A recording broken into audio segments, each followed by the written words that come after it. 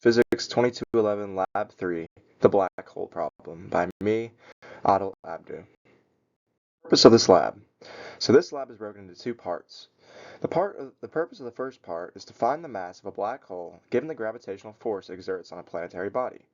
The purpose of part 2 of this lab is to find the initial velocity needed for a spaceship to escape the pull of the black hole while taking off from a planet that also has a gravitational pull on the ship.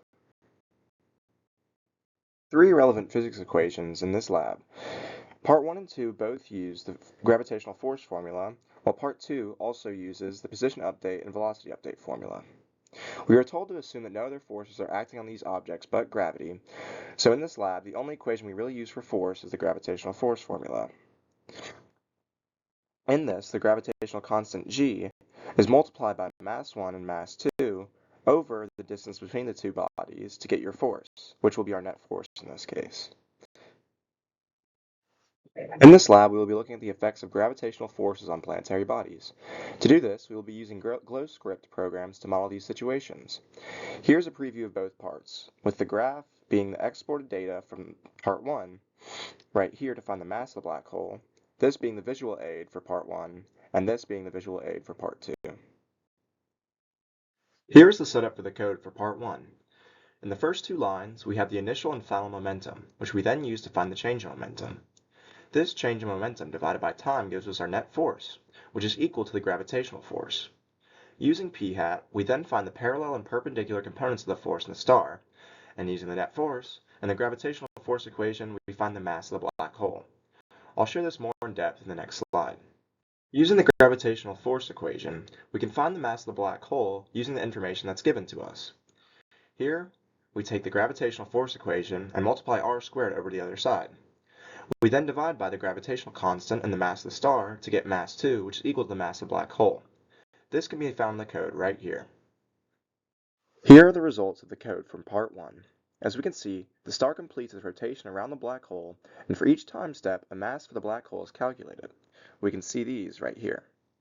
Also, it can be seen that the parallel and perpendicular components are acting on the star at every point in the time step. Here would be the parallel component, and here would be the perpendicular component. After extracting the data from the GlowScript code, I then plotted it in an Excel spreadsheet. That can be seen in this table right here, and it was found that the mass of the black hole was 8.38 times 10 to the 33 kilograms. This is the result for part 1.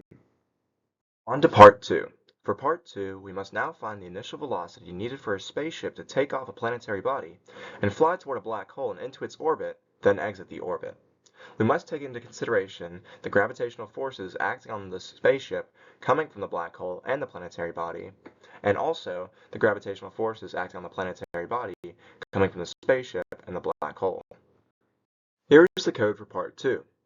As you can see, we take the forces acting on both the ship and the planet from the black hole, and the ship and the planet acting on each other. Here are the results for part 2. The magenta line is the path the spaceship traveled, and the cyan line is the planet's path.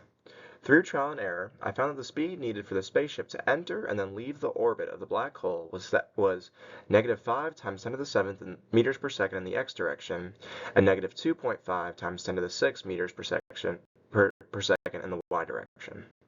Real-world application / possible sources of error. Because these are only models used to predict the motion of these objects in both parts, we cannot be entirely sure of how accurate these would be in real life. We make some generalizations as well, such as excluding every force but gravitational force, and this is not the case for real life. Reasons such as these could be the cause for discrepancies from real-life scenarios.